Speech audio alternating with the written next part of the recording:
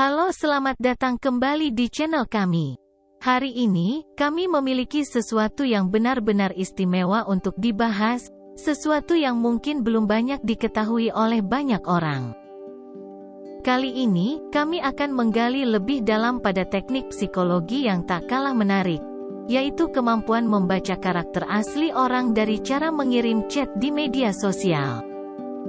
Banyak dari kita mungkin sudah terbiasa membaca karakter seseorang melalui ekspresi wajah atau bahasa tubuh. Namun, tahukah kalian bahwa saat ini, dengan kemajuan teknologi dan perubahan gaya hidup digital, kita dapat membaca karakter asli seseorang tidak hanya melalui fisik saja, melainkan juga dari cara mereka berkomunikasi di media sosial. Sungguh luar biasa, bukan? Jadi, bagaimana kita bisa mengakses wawasan ini? Bagaimana kita dapat membaca karakter asli orang dari cara mereka mengirim pesan di medsos? Nah, jangan khawatir, karena di video kali ini, kami akan menguraikan dengan detail dan memberikan panduan praktis untuk memahami teknik psikologi yang terkandung dalam setiap kirim chat di media sosial. Kami akan membuka jendela ke dunia yang mungkin belum kalian sadari, sehingga kalian dapat mengaplikasikan pemahaman ini dalam kehidupan sehari-hari kalian.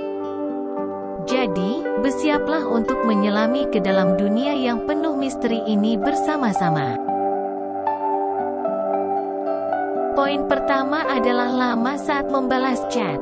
Keterlambatan dalam merespon pesan di media sosial bisa mencerminkan berbagai aspek karakter seseorang.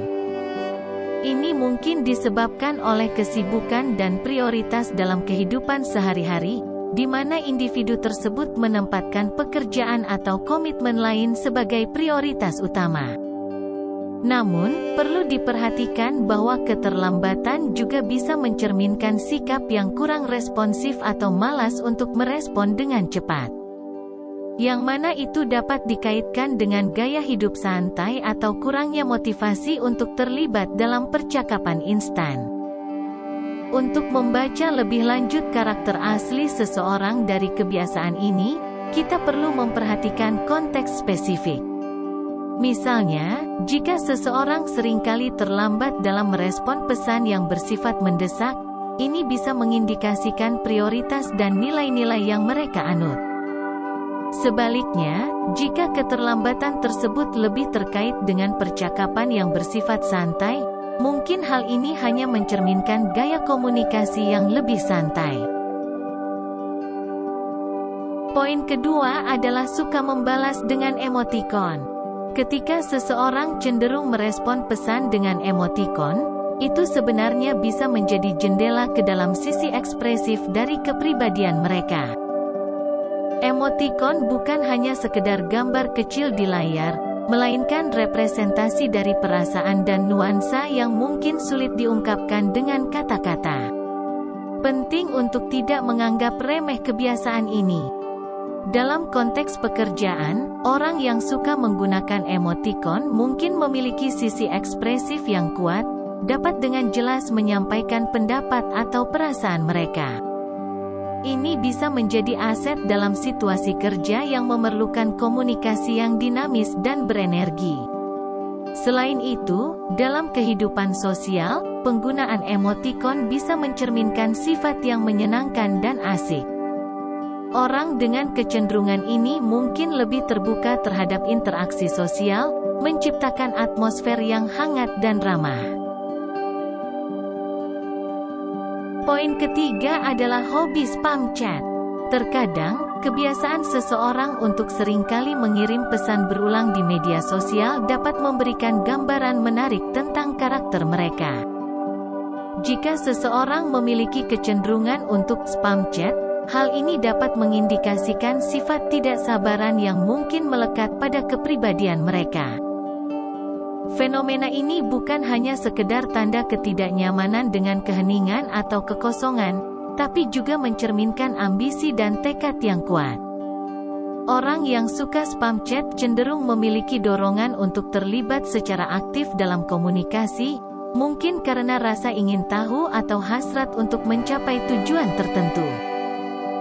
Sifat tegas dan pemberani yang terkandung dalam kebiasaan ini dapat menjadi indikasi bahwa mereka tidak ragu-ragu untuk mengambil inisiatif dan berani berbicara dengan intensitas yang tinggi.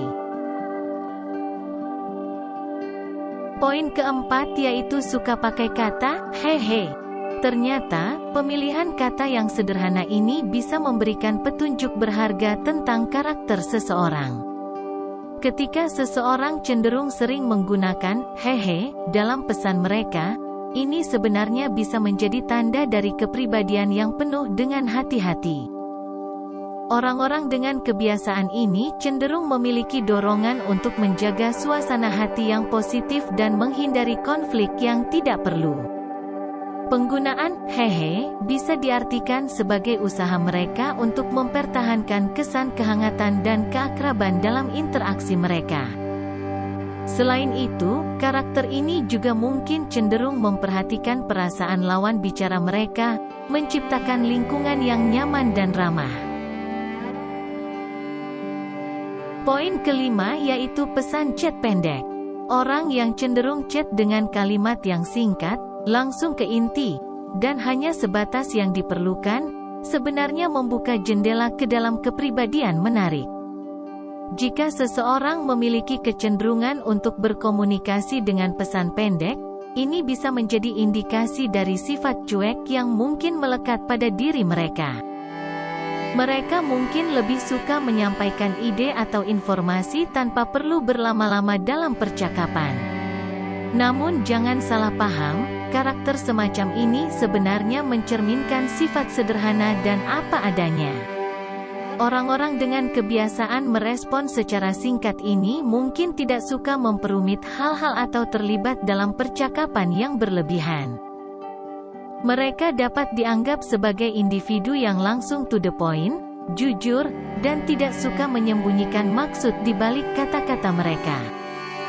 Meskipun kesan awalnya bisa terlihat cuek, sebenarnya karakter semacam ini menyiratkan kejujuran dan kesederhanaan.